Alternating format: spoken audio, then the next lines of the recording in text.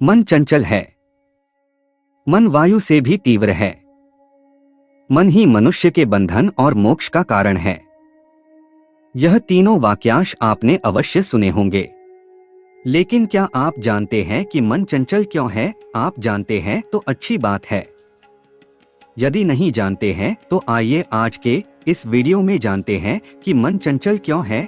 आपकी ही कुछ आदतों, इच्छाओं और संस्कारों के समुच्चय को मन कहते हैं। अब यहाँ आदतों, इच्छाओं और संस्कारों के आधार पर मन को दो भागों में विभाजित किया जा सकता है। एक तो अच्छा मन, दूसरा बुरा मन। अच्छा मन वह जो आत्मा के अनुकूल काम करे, जो हमें उत्थान की ओर ले जाए। बुरा मन वह जो आत्मा के प्रतिकूल काम करे, जो हमें पतन की ओर ले जाए। वास्तव में दोनों ही मन आत्मा की शक्ति से चलते हैं, किंतु अच्छे मन पर आत्मा का अधिपत्य होता है और बुरे मन पर आत्मा का आंशिक अधिपत्य होता है, या यूं कह लीजिए कि कोई अधिपत्य नहीं होता। अब आप मन को समझ चुके होंगे। अब हम बात करते हैं चंचलता की। चंचलता जल का गुण है।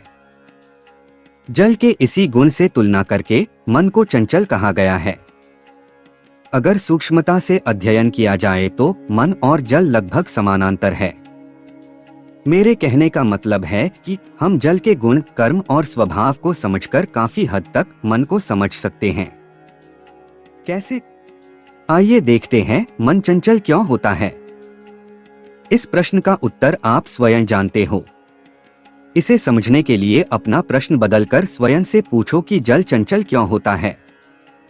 जल चंचल तब होता है जब वह नीचे की ओर प्रवाहित हो। अगर जल को स्थिर करना है तो आपको उसे सीमाबद्ध करना पड़ेगा। यदि उसे ऊपर की ओर चढ़ाना है तो उसे सीमित दायरे से प्रवाहित करना पड़ेगा। लेकिन यदि उसे नीचे की ओर प्रवाहित करना है तो आपको कुछ भी करने की जरूरत नहीं होगी, केवल छोड़ दीजिए। ठीक ऐसे ही मन चंचल तब होता है जब वह पतन की ओर अग्रसर हो। यदि मन को स्थिर करना है, निश्चल करना है, तो उसे सीमित दायरे में रखना होगा।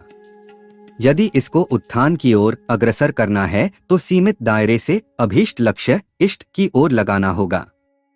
जिस तरह जल विभिन्न नदी और नहरों से होते हुए जब तक समुद्र में नहीं मिल जाता तब तक स्थिर नहीं होता, उसी तरह मन भी जब तक इंद्रियों रूपी नदी और नहरों में भटक रहा है तब तक स्थिर नहीं हो सकता। किंतु जब वह आनंद के सागर परमानंद में मिल जाता है तो पूर्णतः स्थिर होकर समाधि में चला जाता है। इसी अवस्था को मोक्ष और जीवन मुक्ति कहते हैं। एक बार गुरुकुल में एक नया शिष्य आया। आश्रम के नियमानुसार उसे भी प्रतिदिन संध्या उपासना करनी थी। ध्यान संध्या का अभिन्न अंग है। लेकिन नए शिष्य का ध्यान बिल्कुल नहीं लगता था।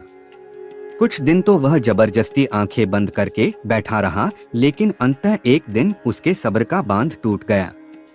वह तुरंत उठकर अपने गुरुदेव के पास गया और बोला, गुरुदेव, ये संध्या में ध्यान की क्या आवश्यकता है?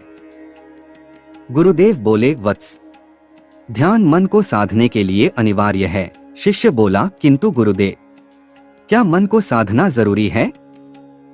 मेरा मन तो ध्यान में बिल्कुल नहीं लगता। गुरुदेव बोले, मन को साधना इसलिए जरूरी है क्योंकि मन चंचल है। चंचल मन से किसी भी कार्य को सिद्ध नहीं किया जा सकता, इसलिए मन की चंचलता पर काबू पाना जरूरी है। शिष्य बोला, किंतु गुरुदेव, मन चंचल क्यों है? शिष्य का प्रश्न सहज था, किंतु उसका उत्तर उतना सरल नहीं था। वास्तव में इस एक ही प्रश्न में संपूर्ण योग का सार छुपा हुआ है। गुरुदेव बोले, एक बात बताओ, जिस मनुष्य के पास रहने के का कोई ठिकाना न हो, वह क्या करेगा? शिष्य बोला, गुरुदेव, दर दर भटकता फिरेगा जब तक कि उसे रहने के कोई ठिकाना नहीं मिल जाता। गुरुदेव बोले, बस यही कारण है कि मन चंचल है। मन चंचल इसीलिए है क्योंकि उसके पास ठहरने के कोई स्थायी ठिकाना नहीं, कोई ऐसी जगह नहीं जहां उसे असीम और अनंत आनंद की अनुभूति हो सके, जहां पहुंचकर उसे कहीं और पहुंचने की आवश्यकता न हो। ऐसा स्थान केवल एक ही है और वह है परम आनंद।